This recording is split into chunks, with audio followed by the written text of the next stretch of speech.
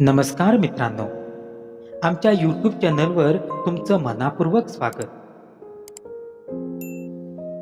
मित्रांनो, आयुष्यात मधुर आवाजाची आणि सुंदर चेहऱ्याची गरज नसते. असते तर फक्त ती सुंदर मनाची व अटूट विश्वासाची. चेहरा कितीही सुंदर असेना, जर जीभ कडू असेल तर लोक नक्कीच त्यांचे खरे रूप दाखवतात. उगाच बदलत नाही काही माणसं.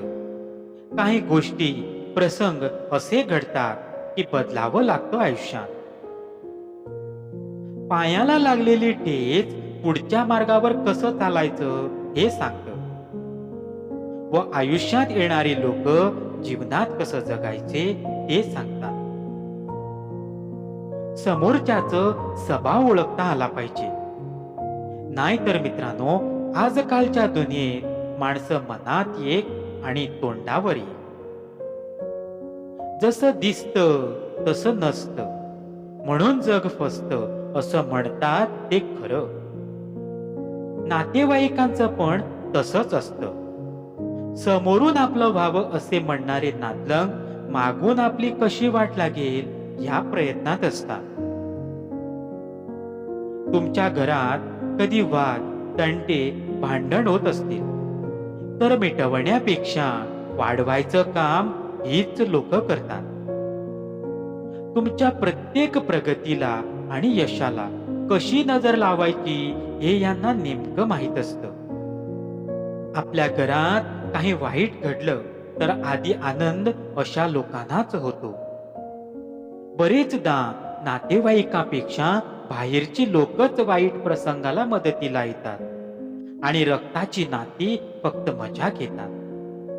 टोमणे मारणे, कुचकट बोलणे, शिवीगाळ करणे हे त्यांचे विशेष गुण असतात. म्हणून अशा लोकांच्या संपर्कात न राहता आपण आपली प्रगती करावी. कारण ही लोक मानसिकरित्या आजारी आहेत. मित्रांनो, विश्वासघात करणाऱ्या माणसाला जाब विचारण्यापेक्षा त्या व्यक्तीशी बोलणं सोडून देणं व पुन्हा जीवनात त्या व्यक्तीला महत्त्व देणे कायम बंद करणं हीच त्या व्यक्तीसाठी सर्वात मोठी शिक्षा असते. कारण जर अशा व्यक्तीला जाब विचारा तर ती व्यक्ती तुम्हाला शब्दाच्या जाळ्यात गुंतवून स्वतः बाहेर पडेल व पुन्हा पुन्हा संधी मिळाली की विश्वासघातच करेल. त्यामुळे पहिले तर अशा व्यक्तीच्या संपर्कात कधीच राहायचे नसते.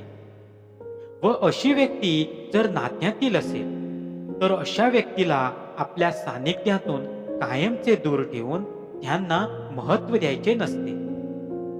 कारण ज्यांना विश्वासघात करायची सवय लागलेली असते अशी माणसं त्यांच्या जीवनात कधीच सुधारत नसतात. अगोदर समोरच्या व्यक्तीला विश्वासात घेऊन पुढेही जीवनात विश्वासघातच करीत असतात.